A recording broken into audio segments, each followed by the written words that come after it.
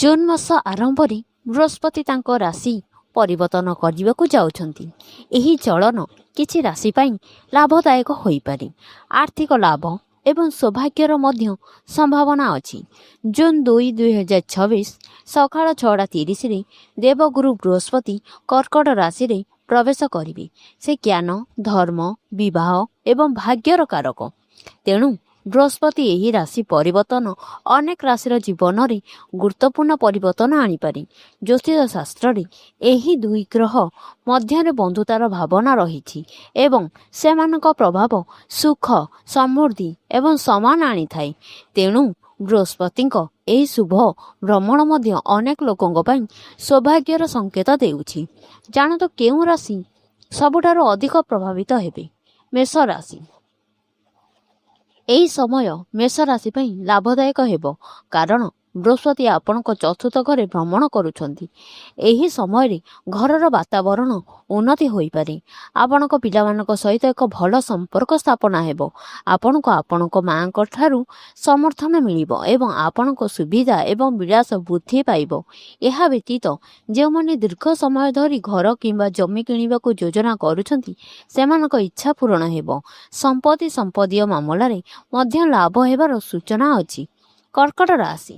କର୍କଟ ରାଶିର ଲୋକମାନେ ପରବର୍ତ୍ତୀ ପରିବର୍ତ୍ତନ ସମୟ ଅନୁଭବ କରିବେ କାରଣ ବୃହସ୍ପତି ଆପଣଙ୍କ ପ୍ରଥମ ଘରୁ ଅର୍ଥାତ୍ ଲଗ୍ନ ଦେଇ ଗମନ କରିବେ। ଏହି ଗମନ ଆପଣଙ୍କ ଆତ୍ମବିଶ୍ୱାସ ଏବଂ ବ୍ୟକ୍ତିତ୍ୱର ସକାରାତ୍ମକ ପରିବର୍ତ୍ତନ ଆଣିପାରେ। ନୂତନ ବ୍ୟବସାୟର ସୁଯୋଗ ଆସିପାରେ। ବିଦେଶ କିମ୍ବା ଦୂରଯାତ୍ରାର ସମ୍ଭାବନା ମଧ୍ୟ ଅଛି ଯାହା ଭବିଷ୍ୟତରେ ଲାଭଦାୟକ ସାବ୍ୟସ୍ତ ହୋଇପାରେ। ଆପଣ ଆପଣଙ୍କ ବୈବାହିକ ଜୀବନରେ ଆପଣଙ୍କ ସାଥୀଙ୍କ ସହିତ ଗୁଣାତ୍ମକ ସମୟ ବିତାଇବେ। ଆପଣଙ୍କ ନେତୃତ୍ୱ ଦକ୍ଷତା ମଧ୍ୟ ଉନ୍ନତି ହେବ। ଧାର୍ମିକ ବା ଆଧ୍ୟାତ୍ମିକ କାର୍ଯ୍ୟରେ ଆପଣଙ୍କ ଆଗ୍ରହ ମଧ୍ୟ ବୃଦ୍ଧି ପାଇବ। କନ୍ୟା ରାଶି। କନ୍ୟା ରାଶିର ଲୋକମାନେ ବୃହସ୍ପତିଙ୍କ ଗମନ ସବୁଠାରୁ ଅଧିକ ଲାଭ ପାଇବେ। ଆପଣଙ୍କ ଆର୍ଥିକ ସ୍ଥିତି ପୂର୍ବ ଅପେକ୍ଷା ଭଲ ରହିବ।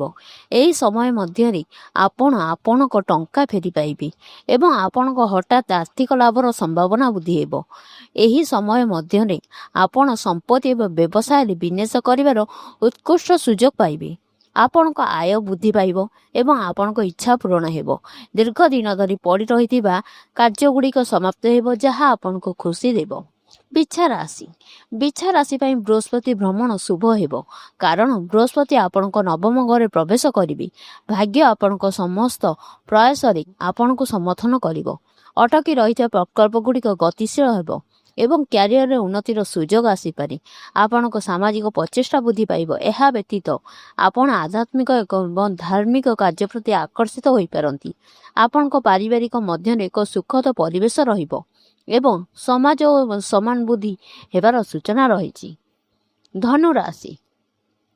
ଧନୁ ରାଶିର ଶାସକ ଗ୍ରହ ବୃହସ୍ପତି ଯିଏକି ରାଶିର ଗୁରୁ ଏବଂ ଏହାର ଉଚ୍ଚ ରାଶିରେ ଏହାର ପ୍ରବେଶ ଆପଣଙ୍କ ପାଇଁ ଲାଭଦାୟକ ହେବ।